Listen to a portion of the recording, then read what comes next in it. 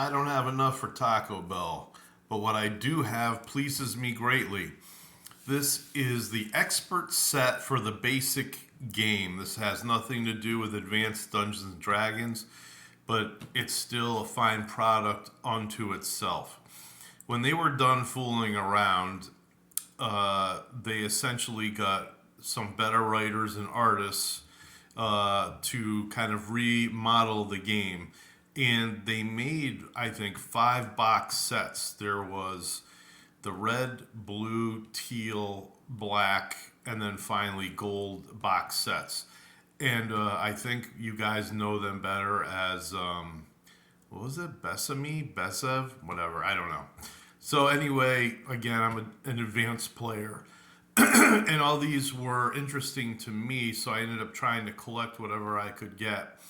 We did start as kids on the first box set with the dragon, the wizard, and the warrior in armor firing an arrow at the dragon on the cover of that box set. And I have one of those. But eventually years passed and they remodeled them. These are those sets. So as far as I know, the same module came in these sets. Let me just put the rule book aside for a second. But the cover of this adventure module looks very different to me. So I think this is one of the only cases where the module cover was actually done or different. They took the artwork off of one and changed that in preference to another one. Why they did that, I don't know. The Isle of Dread is a huge expanse of a module, and the DM will actually have to do some extra work, but it won't kill him to do so. It's there's just a lot of encounter places here, and in fact, they show you a good chunk of the actual world right here on this module. Like I said, look at all the maps, just great. A lot of areas where the DM can create and stuff on his own. I think in the back here, yeah, you've got those. I remember, if anything, I remember there was like a Cat Peoples, and yeah, Taboo Island. Uh, anyway, so yeah, this adventure is in really good shape. Uh, there's nothing really except for an ad inside here for these endless quest books. That's kind of neat.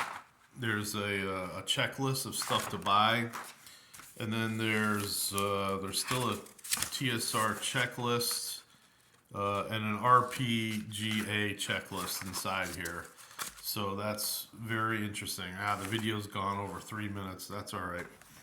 So this book here, it's got probably the artwork of yeah, Larry Elmore or Easley, and it's got the the higher level monsters and everything in there.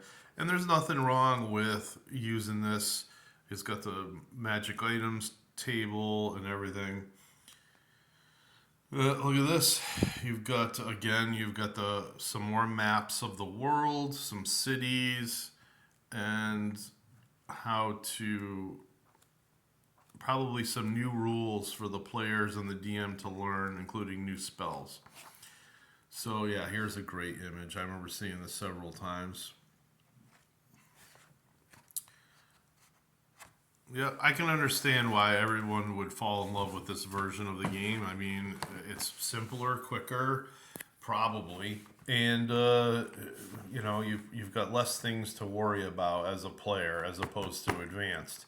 Once you get into advanced, you've got all sorts of things to watch out for, how much armor and weight you can carry, and so on and so forth. The DM should be a little bit more critical when it comes to players slacking off on certain things like keeping track of treasure and all that. I know I've had to take care of some cheaters in the past, whether it was a sneaky ass die roll or not having enough money to level up.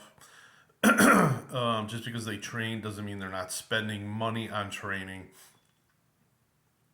So anyway, good gaming to you guys out there. And if you can find any of these old sets, why not play them? They're pretty good, and you're probably going to need the basic set and this set to get yourself going, if you can even find them.